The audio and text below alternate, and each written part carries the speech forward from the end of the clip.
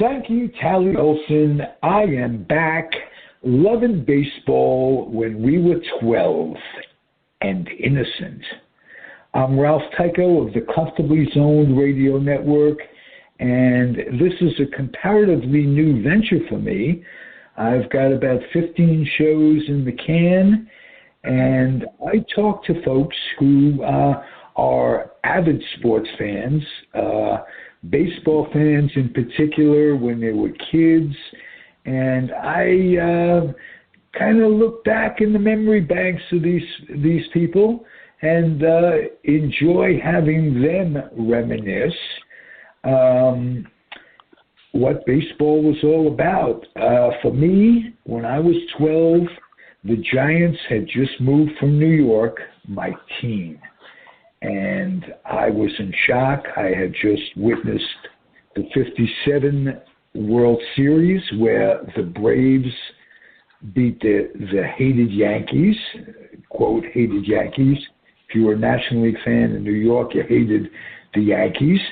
No one to root for, but I fell in love. It was a short-term love, but I collected the Milwaukee Braves set of Topps cards in the summer of '58, and I had every one of them from Harry Hanebrink to Henry Aaron, and they made me happy to root for the Braves. They were very solid. I'm going to ask my guest, what is your recollections, Joe Casale? What are your recollections? How about that one? When I was 12 years old with baseball? Yeah. When I was 12 years old with baseball, my Little League team, Metal Masters, we won the championship. So it was very cool to wear the blue and white uniform all summer long and get a nice trophy. So that was like the coolest thing for me. You know, it had all the components of summer. You had baseball, pizza after the game, and getting a trophy. So it was like, for me, that was like, I could have died and went to heaven then, and life would have been grand. You know, getting the trophy means you won. Pure and simple. Today's day, they give everybody just for participating a trophy. Right. Like for us, I mean, that's 50 years ago, and I still remember the little ceremony at home plate, and you go up there, and the league commissioner shakes your hand, and you get your trophy, and like, it didn't get any better than that. So that was fun. Who was the best player on your team at that time? You know, there was a guy that I've reconnected with on Facebook named Ray McCarroll, who was phenomenal. He was the best player on the team. He could pitch and hit, and he was the guy. He was the Mike Trout of our team. Wow, high praise. What position did he play, and what position did you play? I played second base. He pitched and played first base. Okay. The memories just are there, proving my point about age 12. You're open at age 12. You're innocent at age 12. You're taking it all in, and you're old enough to understand. I think I picked a good age to talk about. Did you have a baseball rooting, professional baseball rooting? Oh, yeah, huge Yankee fan from the time I could remember, probably at 4 or 5 years old. And that year, going to Yankee Stadium 1970, that's the old Yankee Stadium, the original Yankee Stadium, before they did the renovation in 75. And that was like, you go there and, you know, that's Bobby Mercer chasing the ball behind the monuments in center field, that stadium. So it's like you go in there as a 12-year-old, and it's the biggest building you've ever been in your life. I mean, you just can't imagine people play baseball there. It's like a cathedral. So, yeah, I remember that really, really well. And I do have a funny story. Do you have memories of being on the field that's after the game I remember the New York teams, the Yankees and the Giants would let you walk on the grass in the outfield. The infield was roped off. I slid into second base, got by an extra one time, but that's another story. Do you remember the feeling of walking on the grass in Yankee Stadium? Yeah, I never got a chance to do that. I remember that. Usually, a lot of times it was on Sundays, and right. I never got a chance to do that, unfortunately. All right. But you do remember the monuments, which made the Yankee Stadium distinctive. Oh, yeah, the monuments. And then they used to have these phones set up out in the outfield. It was like Yankees Hall of Fame.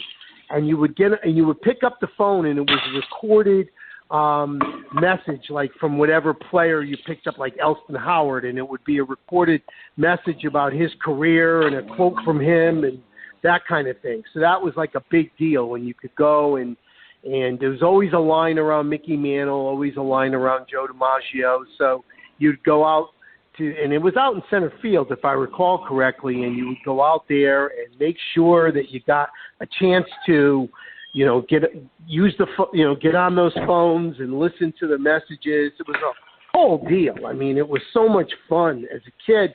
As a kid from Connecticut, we would ride the train to go to the games. So it was a big, big deal. And to do that was a blast. What city in Connecticut did you grow up in, Joe? I grew up in East Haven, Connecticut, which is just outside New Haven. So we would take the New Haven train to 125th Street and then have to transfer from 125th Street to the Bronx. There wasn't a direct route like there is today with public transportation. So it was a big deal to, that was like your day at church. You'd get dressed up in your little Yankee uniform and you'd ride on the train. And, my mother taught me how to keep score, so I would keep score for the games. And it was a whole deal. And then at that time you could get in early so you could watch batting practice and then they had fielding practice, believe it or not. You tell kids today they have fielding practice before the games, they look at you like you're crazy. But you had all of that. So it was an entire day's deal.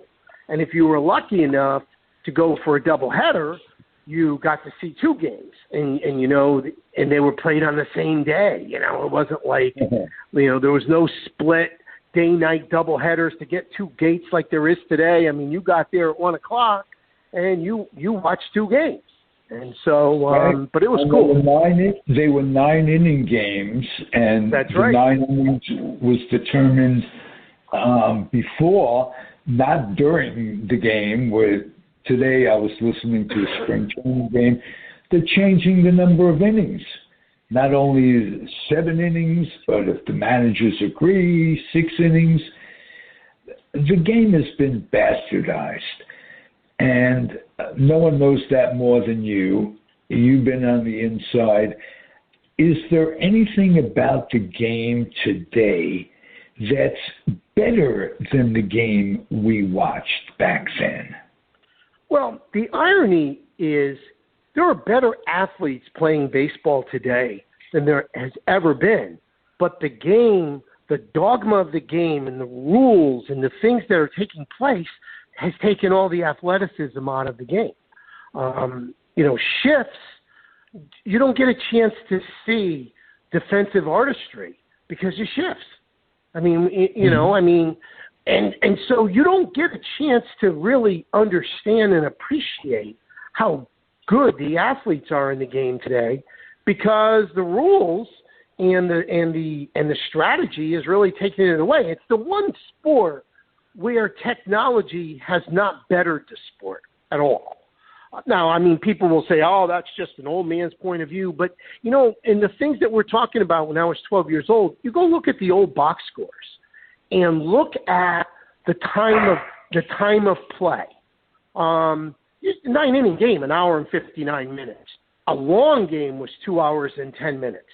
Now, even with the so-called speed of the play, the 3-hour games. And the games are, and there really are three outcomes in baseball games now: strikeout, walk, or home run.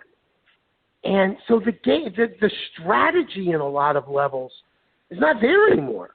You're not playing hit and run, and you're not seeing somebody steal bases, and you're not seeing the action in the game that you should be seeing in a sport that has great athletes in it today.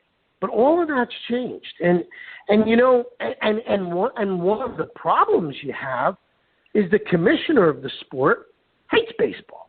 I mean, he sees baseball as a zero-sum game to beat the union. He's an anti-union lawyer. That's his background. He called the championship trophy a hunk of metal a couple of years ago. So, he kind of gave up the goods, if you were wondering whether he was really into the game or not. And all the gimmickry that's going on now, the runner at second and extra innings and this and that. Ralph, nobody complains when an NFL game is 3 hours and 40 minutes or a college football game with overtime is nearly 4 hours. Nobody's talking about how long the games are. In baseball, if there's a 3-hour game, people act as if they were, they had bamboo shoots thrown under their fingernails. I mean, it's like everything about the sport is surrounded by negativity. Fernando Tatis Jr., who's one of the best young players in the game, signs a big contract, and the stories the next day are, is this bad for baseball? But nobody says that when Aaron Rodgers signs a new contract. Nobody says that when LeBron James signs a new contract. But baseball, everything is surrounded by negativity. And what's happened is when you've done this over 40 years to condition your fan base, that players just are in it for the money and they're greedy and they don't care, guess what happens? The fans stop caring. And when I say the fans stop caring, I'm talking about younger fans. The game for me, at 62 years old, I'm going to watch baseball. And that's what I do. But there are plenty of young you're in Florida. who don't watch. You're in Florida. Do you watch minor league ball? And are you appalled by what's happening to the minor leagues at the hand of the major leagues? Well, they destroyed minor league baseball. I grew up in minor league baseball. And growing up in Connecticut, we had the West Haven Yankees nearby.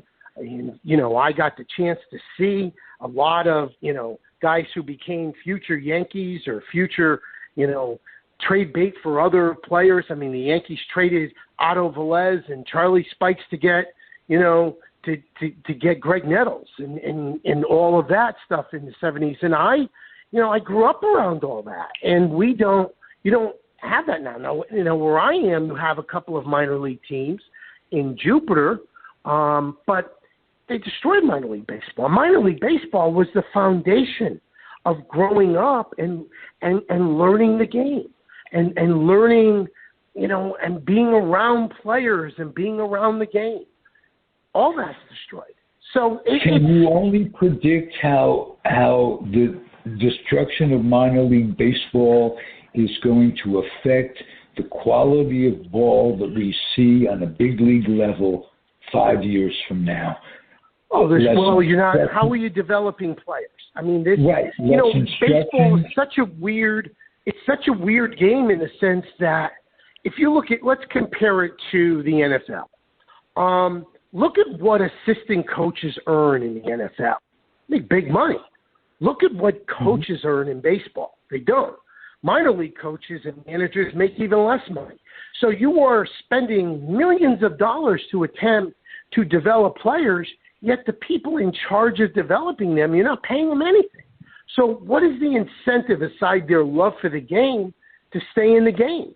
Some people, you lose out on really talented people who, frankly, can't afford to stay in the game. So the whole system is a mess, and we don't seem to want to have those conversations because, again, it all gets down to economics. The big thing, we talk about service time, and teams manipulate service time. Baseball is the only sport of the four major sports that purposely doesn't put their best team on the field. because they have to manipulate service time of younger players. So Shouldn't everything around the sport shouldn't they built. lose the antitrust law exemptions that they have just for manipulating service time? Shouldn't that go to a federal court and let them lose the antitrust exemption and start all over again? They have messed it up so badly that I feel sorry for the player coming out of college or high school today. It's incredible. What do you say to that? What's going to happen? Well, if you look at the court system today and you look at the judges that are on this level, there's no guarantee that they would find anything wrong with this. I mean, it's kind of a systemic problem that has gone on for so long. I mean, when we were growing up, we were player-friendly fans.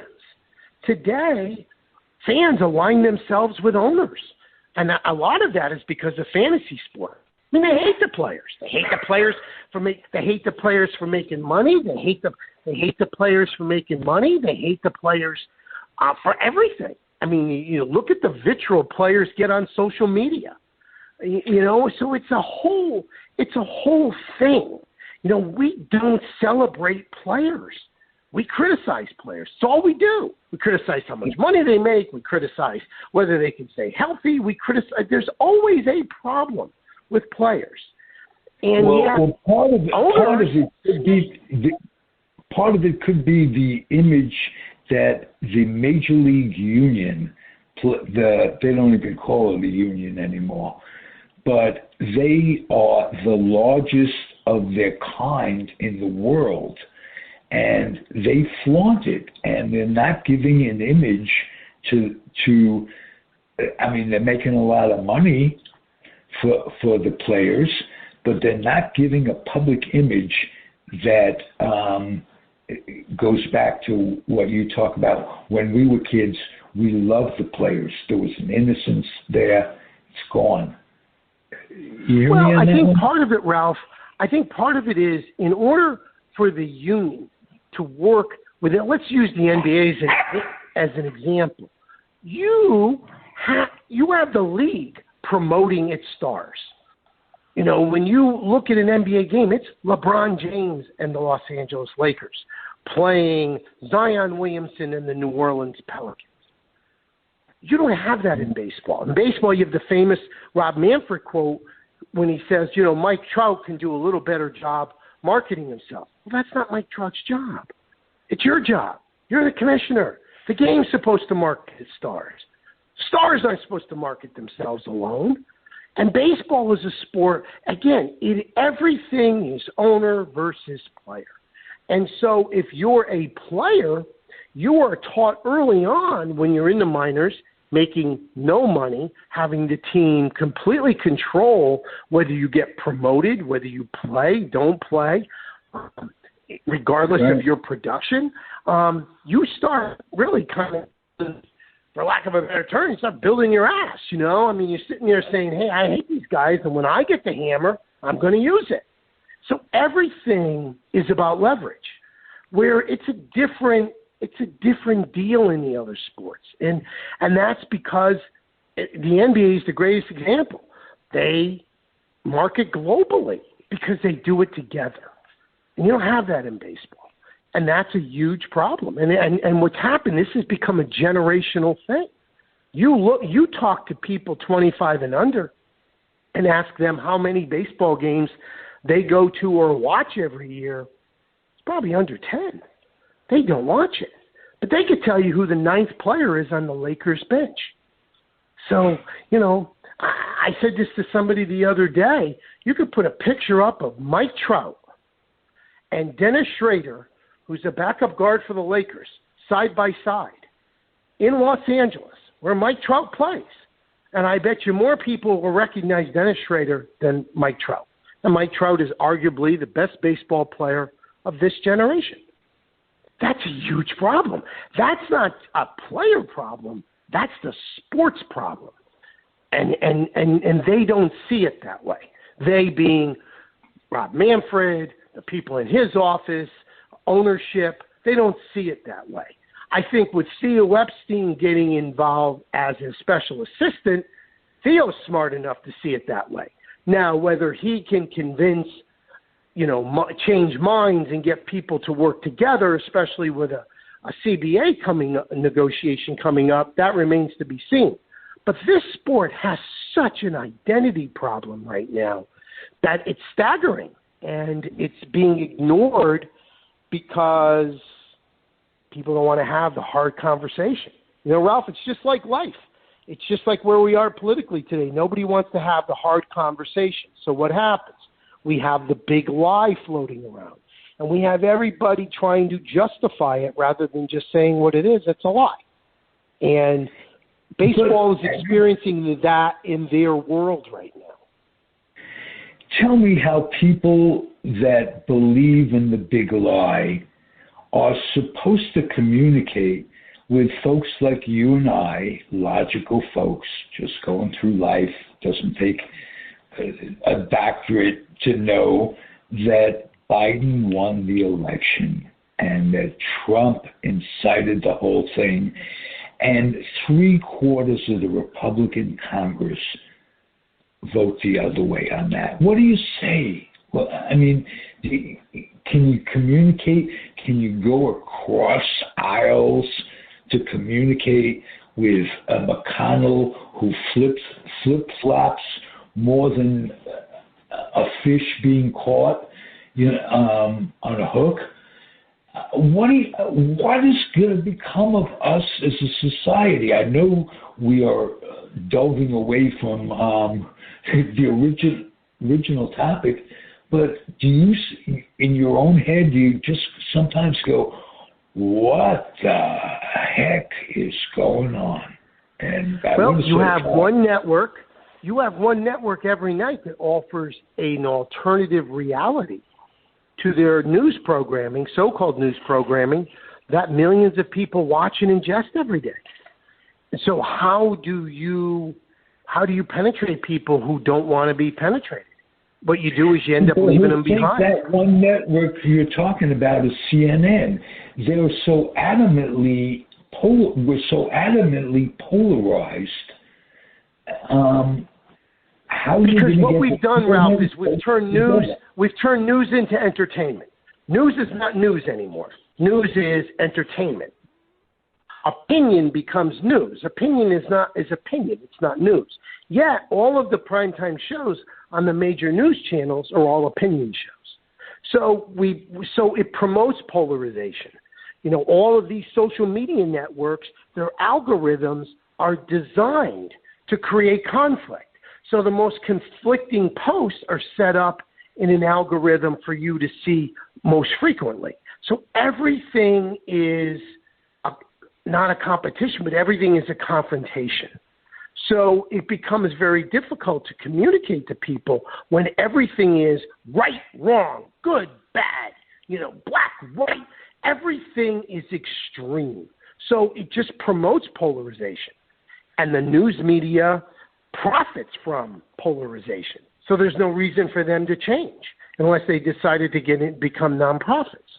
So the whole thing has become a disaster. And it didn't just start 4 years ago. It's gone on for 20 years. And so now you wake up one day and you realize that there is a segment of this society who truly lives in an alternative universe, who don't believe basic facts.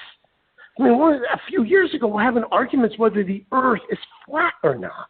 It's like, where are we? And this is the byproduct of that kind of polarization. You have an election that Joe Biden didn't just win. He won easily, but there is a political party that has completely turned their party over to conspiracy theorists and loons who say, hey, in order for us to have power, we have to enact voter suppression laws, and we have to promote an alternative reality. It's the only way we can win. So it becomes a complete show. And now who is going to step up from that party to say this is wrong?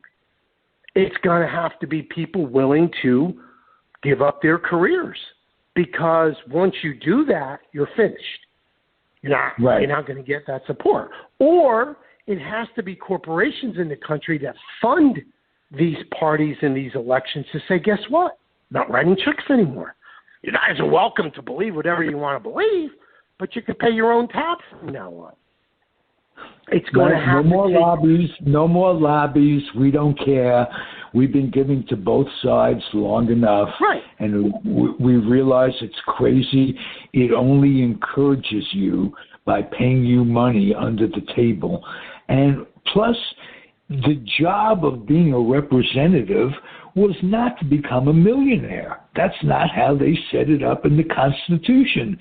Yet you look at these representatives, and look, Biden is, and he's my guy because he's the lesser of two evils. That's what we've been trained to do, to pull the lever for, and once again we did it. But this guy became a multimillionaire through politics, and he's not atypical. No, and also, listen, it's become a business where, you have people who get into politics and all they do is shitpost on social media. They don't get on committees. They don't enact laws. They don't do anything in the job but tweet. That's just insanity. But this is the world that we're in now. This is what these are the people that others are voting for. Whether it's misinformation, whether it's laziness, whether it's apathy, whether it's all of the above. But this is our team right now. This is who we have. We basically have the 62 Mets in Congress, and then we're shocked that nobody's getting anything done. It's the whole thing is insanity. You know what? It trickles down to all of these other areas. It's the reason why in sports we have the issues we have, whether it's labor issues, whether it's race issues, whether it's interest waning in certain bellwether sports. Years ago, horse racing was huge, boxing was huge. They're not anymore. Baseball was huge. Baseball's not anymore. This will be the 7th straight year of declining attendance and television ratings. It's a big business, but it's not nearly as popular as it used to be. And until we start having those difficult conversations, you're not going to fix it. And coming with a collective bargaining agreement to be negotiated right now, and the owners and players in different stratospheres, it's going to be tough. If you're a player, you're getting tired of all this. You're getting tired of the service time manipulation. You're getting tired of being buried in the minors. You're getting tired of when you achieve success, it's almost used against you. It just, at some point, guys say, okay, now I'm digging my heels in. I want more than that. And so therein lies the rub. So it's not going to be easy. The fix what's broken in baseball is not about making the game shorter, and it's not about gimmicks. You could solve the athleticism problem in baseball really easily, and that is that you can have shifts, but everybody has to stay on the infield. Everybody has to have both spikes on the infield. So you can do that, and you can still have shifts, but you're not having a guy playing short right field, which in essence takes the left-handed hitter away from the game. Yeah, you have the third baseman go out to play, and just the shortstop covers the left side. Third baseman goes out to right, where he has a much greater chance of being injured on the play. Right. And that's another problem with the shifts.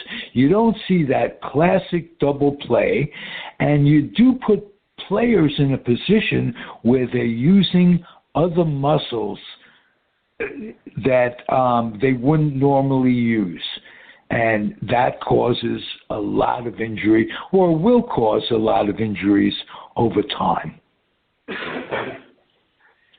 So we have all of this technology. We have all of this technology today, supposedly, and all of this training and all of this stuff. Yet injured lists are fuller now than ever. Pitching is more fragile than ever. Why is that? It makes no sense. And it makes no sense because nobody's training properly. And you're not training players properly either. Everybody's trying to throw the ball as hard as they can throw it rather than pitch. And, it's like the whole game. It's like, it's almost like the entire game needs an enema to flush all this garbage out and start over. And yet nobody's going to do that because it's a $12 billion industry and nobody's giving up a quarter. So it's a tough situation. And there are a lot of smart people in the game, but there are people not acting smart in the game. And again, I always preface this by saying with a collective bargaining negotiation coming up, nobody's changing. In fact, everybody's going to get entrenched. And that's going to make it worse because, it's an entirely different mentality when you get into a labor negotiating year. And the owners could afford a long holdout on that. They could afford to lose a season where the players have a limited career, and that's what hurts.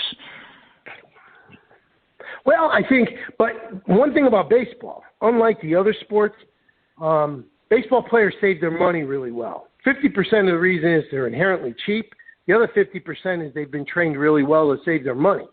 And they aren't leveraged in, having a ballpark, shopping center around the ballpark and all this other real estate that all these owners are paying money on right now. So fact of the matter is you want to shut the game down for a year, there's going to be a lot of owners that are going to be extended pretty deeply in a way that they haven't been, especially coming off COVID, where it could be upwards of 2 years that you haven't had fans in the stands. So, it's like nobody wins in a long-term labor dispute, but boy, there are owners in that game right now who have invested a lot of money around their ballparks that if they shut down a sport next year, for example, and all of a sudden you've got 3 years of limited fans, good luck. Those notes are going to start getting called. That's very true. Let me just real quick give you my take on injuries. I think bulking up has put too much pressure on joints and ligaments, and that is the bulk of the injuries, the reason for the bulk of the injuries. That pure and simple. And I don't disagree. It's a game to be played. It's a game that's meant to be played with flexibility. It's not a game that's meant to be played with brute strength. Exactly. But let me just close by saying that we got off on a bunch of different topics, but the most fun, and I could hear it in your voice, is your memories of being 12. And that's the whole purpose of this podcast. Well, that's the fun part of baseball when you're a kid, and you're playing in the summer and the games are fun. You're watching games are fun. Everything about it. You're playing in the sandlot with your friends.